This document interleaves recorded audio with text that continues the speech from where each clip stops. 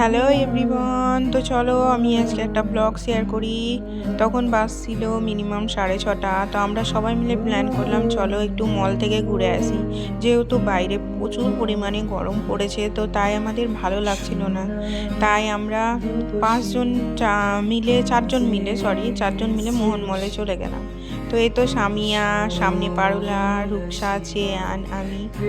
তো এই তো মোহন মলে চলে গেলাম, ঢুকে পড়লাম আমরা সবাই মিলে। তো মল অ্যাকচুয়ালি সামিয়ার ভীষণ পছন্দের একটা জায়গা। ও মলের নাম শুনলেই তো যাওয়ার জন্য লাফায়, আর এমনিও বলে চলো মলে যাই, ঘুরে আসি, খাই। তো তাই চলে এলাম সবাই মিলে ঘুরতে যাওয়ার মজাটাই আলাদা। এই তো স্কেলেটারে চাপতে সামিয়া ভীষণ ভয় পায়, তাই আমি আর পারুলা বলছি চলো যাই, ভয় পাবো না। না, ও যাবে না, তাই সিঁড়িতে করে উঠে চলে এলাম।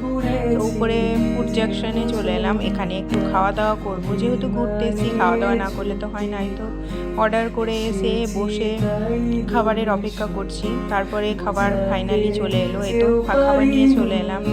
প্রথমে ফ্রেঞ্চ ফ্রাইস, তারপরে কোল্ড ড্রিঙ্কস, এই সবগুলো নিয়ে এলাম। তারপরে এই তো আমি পিৎজাটা নিয়ে চলে এলাম।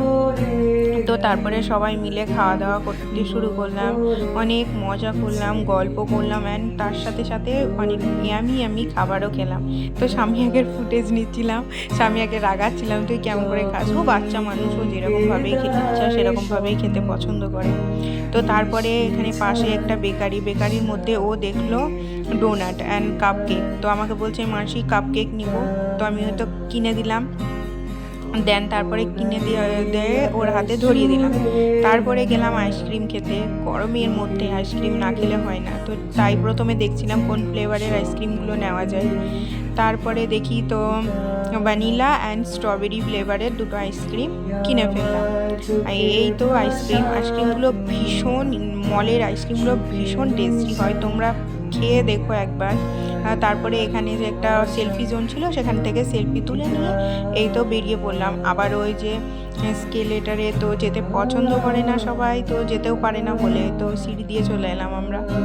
তারপরে এই তো দিদি আর বোন মিলে হাত ধরে হাঁটছে, সুন্দর করে বেশ হাঁটতে হাঁটতে চলে এলাম, আমরা বাইরে চলে এলাম। তো এই তো আজকে সুন্দর একটা মুহূর্ত আমরা সবাই মিলে কাটালাম, বেশ ভালো লাগলো অনেক দিন পর বাইরে এরকম করে ঘুরতে। তারপরে মলের পাশেই বেশ একটা ফুল বিক্রি করছিল। তো ভাবলাম যে কেউ তো নেই এমন জীবনে যে ফুল গিফট করবে, তো নিজেকে নিজেই ফুল গিফট করলাম।